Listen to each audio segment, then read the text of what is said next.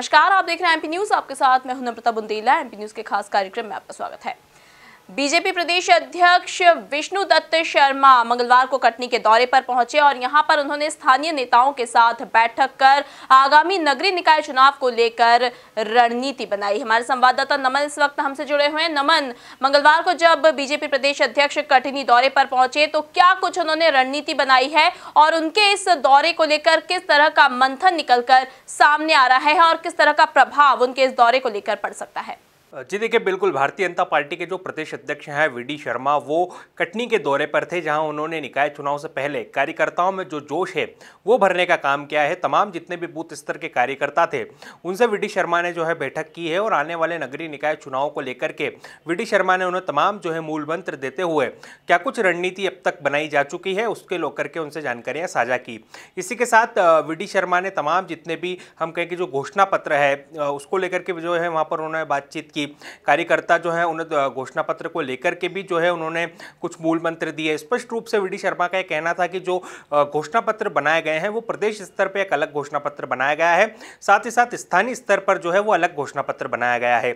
इन दोनों ही घोषणा पत्रों में ये अंतर है कि स्थानीय स्तर पर जो घोषणा पत्र बनाया गया है उसमें जनता से जुड़े हुए तमाम जितने भी समस्याएं हैं, जितने भी मुद्दे हैं, उनको ध्यान में रखते हुए भारतीय जनता पार्टी ने इस बार ये जो घोषणा पत्र है वो बनाया है। और इसके साथ ही भाजपा ने स्पष्ट रूप से ध्यान रखा है कि प्रबुद्ध जनों की जो इसमें विशेष रूप से जो सलाह है, जो सुझाव है, उसको भी जो है भाजपा ने अपने इस घोषणा पत्र में कहीं ना कहीं जगह देते हुए आने वाला जो नगरीय निकाय चुनाव है उसको जीतने के साथ साथ विकास के क्या कुछ एजेंडे हैं उनको भी अपने घोषणा पत्र के माध्यम से लगभग तय किया है। वहीं जो है वी.डी. शर्मा ने तमाम जितने भी कार्यकर्ता उस बैठक में सम्मिलित हुए उन्हें आने वाले निकाय चुनाव को लेकर के जो रणनीति थी उसको लेकर के जो है जानकारियां दी है। साथ ही किस तरह से आने वाला चुनाव जो है वो लड़ना है, कैसे जनता के बीच जाना है, कौन से वो मुद्दे होंगे या कौन से वो योजनाएं होंगी सरकार की जिन्हें लेकर के जो कार्यकर्ता हैं वो जनता के बीच जाएंगे और जनता में जो है इसका सीधा प्रभाव होगा और जनता एक बार फिर कहीं ना कहीं जो है भारतीय जनता पार्टी पर विश्वास करते हुए जो 16 निकायों में जो चुनाव होने हैं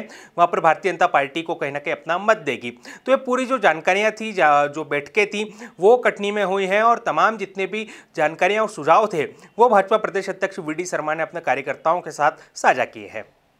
तो रणनीतियां तो बनाई है वी.डी. शर्मा ने, साथ ही उन्होंने खास तौर पर यह कहा है कि नगरीय निकाय चुनाव के लिए जो भाजपा का घोषणा पत्र होगा वो केवल भाजपा का नहीं होगा बल्कि जनता का जनमत क्या है, आखिर जनता चाहती क्या है, जनता की समस्याएं क्या हैं, असल मुद्दे क्या हैं और प्रबुद्ध जनों का क्या विचार है, ये सारी बातें इस घोषणा पत्र में शामिल होगी। लेकिन नमन, इसके आगे सवाल यह है कि क्या इन घोषणा पत्र का या फिर वी.डी. शर्मा द्वारा लिए गए निर्णयों का, संगठन द्वारा लिए गए निर्णयों का और ऐलान का नगरीय निकाय चुनाव पर किस तरह से असर हो सकता है, क्योंकि हर बार इसी तरह के घोषणा पत्र चुनाव से पहले तैयार किए जाते हैं।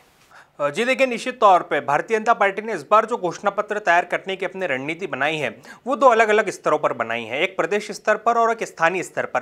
प्रदेश स्तर पर जो रणनीति भाजपा ने इस बार घोषणा पत्र घोषित करने की बनाई है उसमें तमाम जितने भी प्रदेश से जुड़े हुए मुद्दे हैं, यानी वो मुद्दे जो नगरीय निकाय चुनाव के लिए तो अहम होते ही हैं लेकिन वो प्रदेश स्तर पर भी कहीं ना कहीं अपनी अहमियत रखते हैं, तो वो कहीं ना कहीं प्रदेश स्तर पे उन्होंने इस जो है घोषणा पत्र में साझा किए हैं। साथ ही स्थानीय स्तर पर जो घोषणा पत्र बनाया गया है उसमें स्थानीय जो मुद्दे हैं उनको ध्यान में रखा गया है।